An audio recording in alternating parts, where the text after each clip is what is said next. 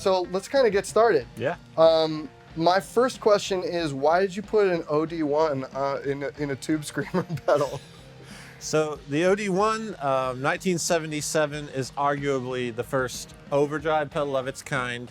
So when you see the TS-808 come along in 79, it is an OD1 with an added tone control, non-inverting signal, and a different style of clipping. Boss actually had a patent on asymmetrical clipping, which is pedal builder term that'd be like using 3 diodes and uneven clipping.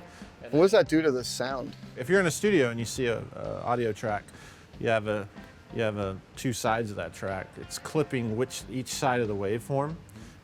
Asymmetrical would clip one differently than the other. The 808 and TS9, respectively, the most famous ones, they're symmetrical, so you could say they're smoother.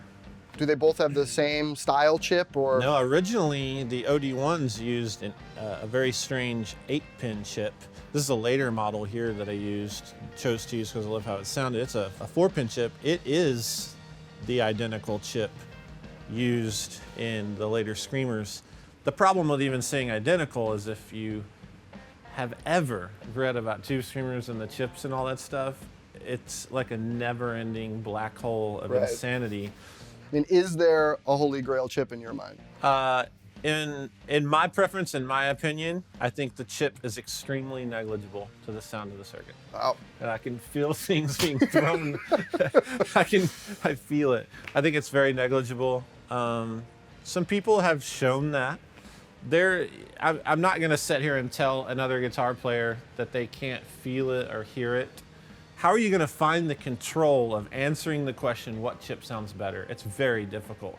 What most people would say, the holy grail chip would be whichever one was used by Stevie Ray Vaughan.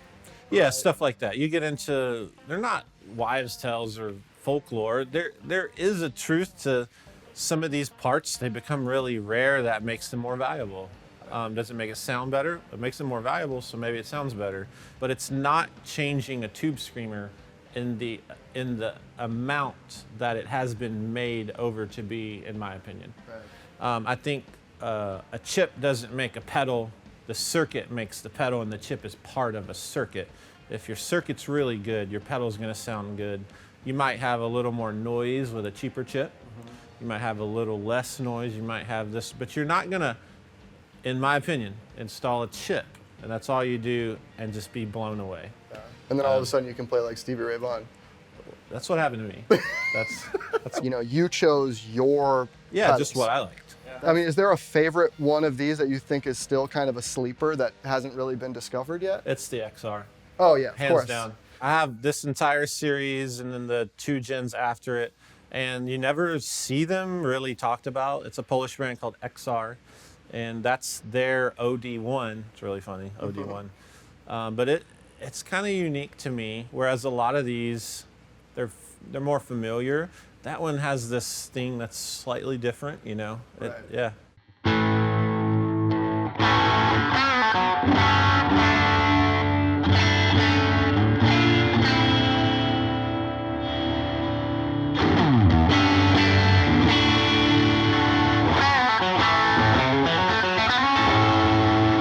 To me, that actually sounds a lot raunchier than a TUBESCREAMER does. It's more aggressive, yeah. It has a different attack, a frequency attack for sure. What would be the most disparate tone from that XR to another one? I think the OD1, I believe like the metal players would push their amps with this, and it's very bright. It's like a set it and forget it, like move on and learn to play guitar kind of thing. Right. Yeah. So let's hear this guy again.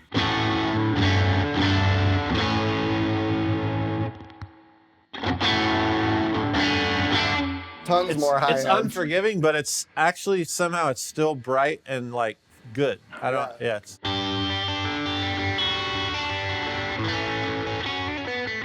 When did you get your first vintage, like real deal? I got my first real 808. I'm not sure. Probably 3 years ago or so. Did you feel like, oh, this is the TUBESCREAMER? I finally have the TUBESCREAMER that everyone's, been talking about. I didn't. I didn't. But I love history and the collecting aspect and the story So no, I didn't have this moment where I was like nailing cold shot with a hat on. I didn't like, it didn't happen to me. TS10. Yeah, TS10. Our boy John Mayer made that famous. Yeah, I remember that pedal being like, no one cared. you would see them, you know, when you walk into a guitar shop and there's like all the pedals. I remember going into Rock Block in Nashville and they had like 4 in the back. And like, you couldn't have seen them unless you're like. Let's hear the original TubeScreamer Classic TS10.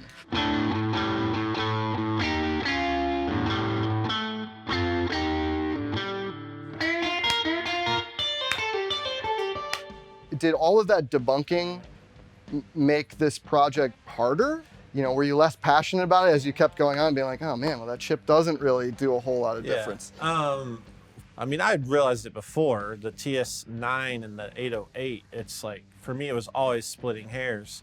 But I was never really concerned with that because with all of that said, when you turn the rotaries, you have 9 screamers and a significant part of guitar, electric guitar history in one little pedal. And for me, that's it. That's awesome.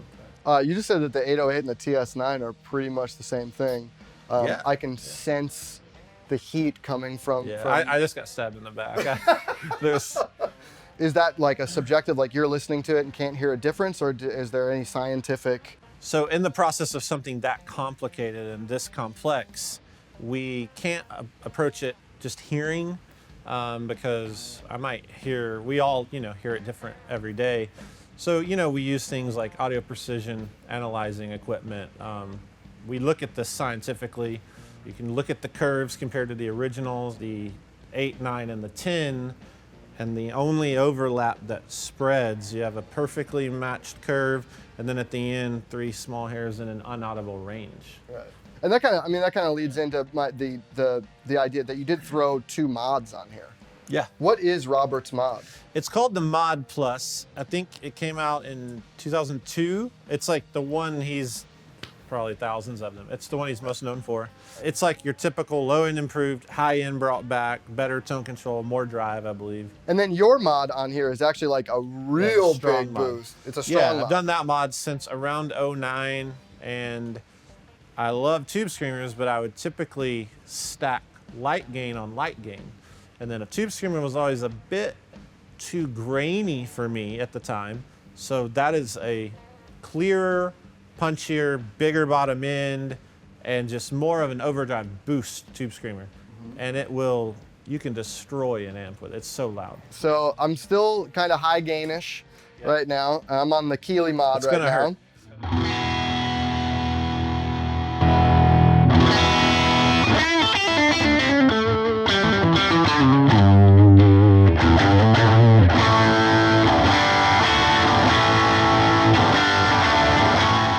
But the pedal isn't just 9 mods, right? Yeah, it's very true. The attention to detail was replicating exactly, not just modifying a tube screamer.